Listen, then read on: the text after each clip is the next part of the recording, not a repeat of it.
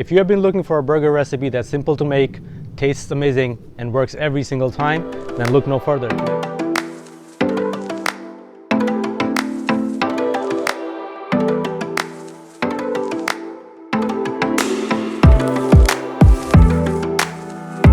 So this amazing burger that we're making today is gonna be comprising of only 3 components, and our first component is gonna be the sauteed onions. And as you can see, it's minimal ingredients, and I don't really call this salt and pepper ingredients, so this is all what we have. The next component is going to be our sauce, and it's going to have minimal ingredients as well. And the last component is going to be the meat of the matter, which is of course our meat and the cheese. And on top of that, we also have our buns, which I will do a little explanation of what kind of buns I'm using, but that's completely up to you. So let's get started. So for our first component, we're going to be starting off with the sauteed onions, and here I'm using white onions. You can use any kind of onions that you want. We cut them roughly into slices. You can use red onions as well, but doesn't really matter. They just have to be sliced and sauteed. To start off, we're going to put some butter in our pan like that, and for the butter not to burn, we'll add some oil to it. So our pan is too hot. I'm going to remove it from the heat so it doesn't get burned. It's quite windy today, so I'm going to have to be careful as to not burn myself while making my sauteed onions. Next thing is we're going to be adding our onions to the butter, and we just let them sit and do their thing. We move our pan to the heat and make sure the heat is to the lowest. What I have here is a camshaft burner. It's really it's a good burner. I love it. I've been using it for the longest time, but the thing with it is that even at the lowest setting, this thing packs a pretty good punch, so I have to be very careful as to not burn anything on it. So we're gonna let our onions sit there, be happy, let them do their own thing. And if you can smell what's going on right there, it smells really amazing, and we haven't even put anything in there yet. So let our onions sizzle. So for our second component, while our onions are getting happy in the pan, we're gonna cut the dill pickle. And this is just any of your run-of-the-mill, well, possibly the best one that you can find, or the better one. Because remember, we only have a few ingredients here, so if you're only working with 3-4 ingredients, try to get the best ones that you can, because they're gonna make all the difference. So I'm just gonna roughly dice these. Make sure you take care of your fingers, because you don't want your fingers to become a part of the ingredients. So we just cut them off roughly. We put them in our bowl up here, and what I like to do is add also a little bit of water from the pickles, because that adds to the flavor. The next thing is we're gonna be adding the base, which is mayonnaise. In case if you're wondering what is this, these are quite popular these days, and actually they work pretty good as well. This is what you call Japanese mayo. What I'm using here is called the Kenko brand. There's another one that's pretty popular these days with chefs and bloggers, and it's called Kewpie, or QP, Kewpie. I'll put a link to that down in the description so you can look it up. So today we're going to be using this Kenko brand, which is pretty similar, but both of these are Japanese mayo. And what you want to do is add your mayo sparingly, and not sparingly, but a good amount. And on top of that, what you can use is, what I'll be using here is Sriracha. You can also use hot sauce, and basically the components are, you want to use 2 parts mayo to 1 part Sriracha. So roughly I'm going to add that in, and we're going to mix that thing in. And the last but not the least is I like to add mustard in there as well. What I'm using is, so you can find tons of mustards out there that are available, but this is what I'm using right now, and just a tad bit of mustard, and that's about it. So if you want, you can add salt and pepper to this too, but we will do that after we have tasted it.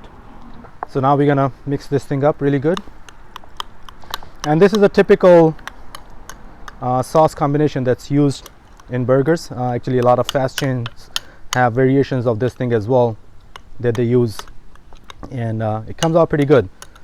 So what we have in here as a variation is we have mustard, and then I'm going to add another secret ingredient to it too that you probably did not see coming, and we're going to do it right now. So you guys ready for the secret ingredient? Guess what?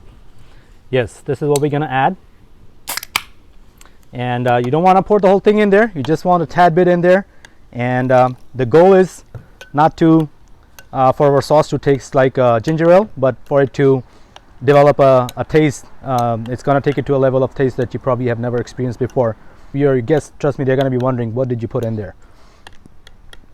Minced meat, of course, beef minced meat. And what we have here is an 80-20 regular minced meat that you find from anywhere. What that means is that you have 80% beef and it's 20% fat, and that's what makes this thing amazing. So right now I have a minced meat that came inside a package, but most likely you're going to get it from your butcher shop or from your local store, and you will see that in strands as it comes out of the meat mincer. The goal is to keep those strands intact. So to get that consistency, what I'm going to do is I'm going to break it down into smaller pieces, because that's one of the key techniques of this burger as we make it, is that it's going to have pockets of air in there, and those pockets, as we cook our burger, the juices are going to flow into those pockets, and they're going to do things that are pretty awesome to our burger, and they will in turn do amazing things to our taste buds. So I'm going to roughly take this thing into 2 pieces or 2 parts, make them roughly equal. And again, don't handle your minced meat too much, because then you're gonna lose the air pockets in there. So what the goal is to keep it nicely fluffed up and just like a rough shaped ball, and they will eventually go on the griddle just like this, and then they're gonna get smashed. So now the next step is we're gonna add salt and pepper to these things. Add some salt and pepper to our patties up here, or balls of meat, whatever you want to call it. Make sure you season it generously, and that's all it's going to be seasoned with. There's not going to be anything in there besides this. And of course we're going to do this on both sides, so we're going to flip these over and we're going to repeat that process. All right, so our onions are looking good. Like I said, it's quite windy out here today, so we're not getting a good consistent flame, but at this point I would add our salt and pepper to this.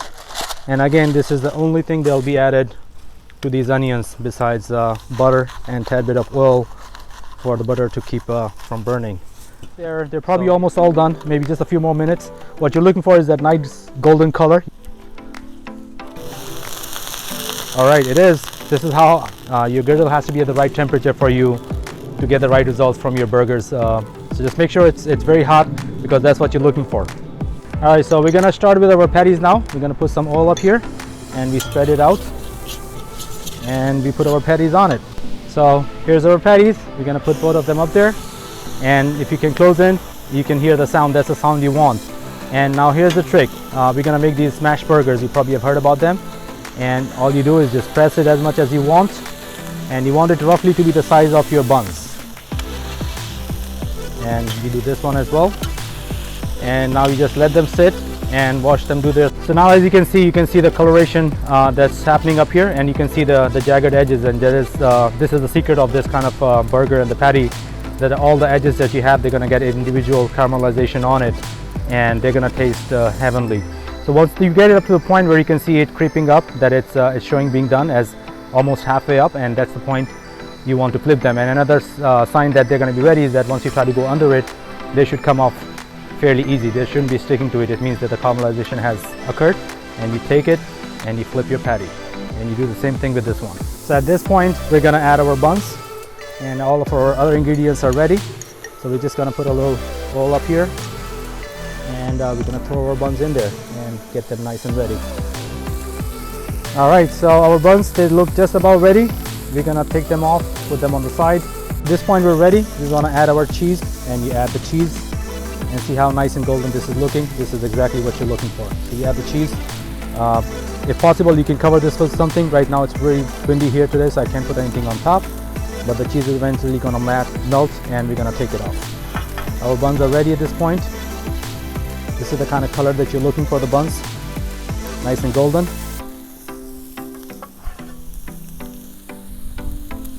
So now that we have all of our 3 components ready, the patties, the buns, our sauteed onions, and our sauce, we're going to put it together and start doing the assembly, which is very, very simple.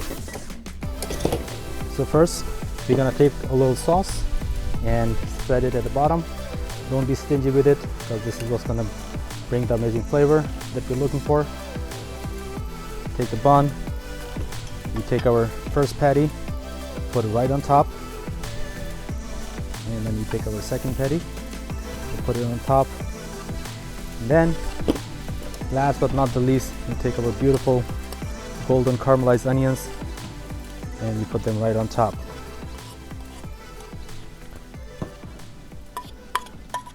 And you can put as many as you like.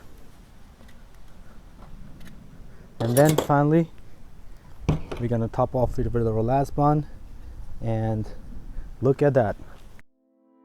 I'm gonna cut this thing up and see what it looks like inside.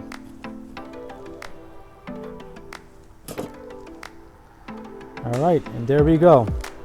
Look at this beauty now.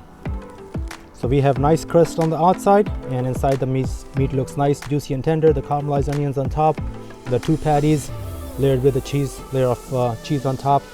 And let's see how this thing tastes now. Okay, just like I said in the beginning, this is probably gonna be the most delicious burger that you've ever made. No kidding, simple to make, and it's gonna pull off every single time. And I'm gonna go ahead and finish this burger off now. And if you like this video, please don't forget to subscribe, leave comments at the bottom, and we'll be putting out a new recipe hopefully every week.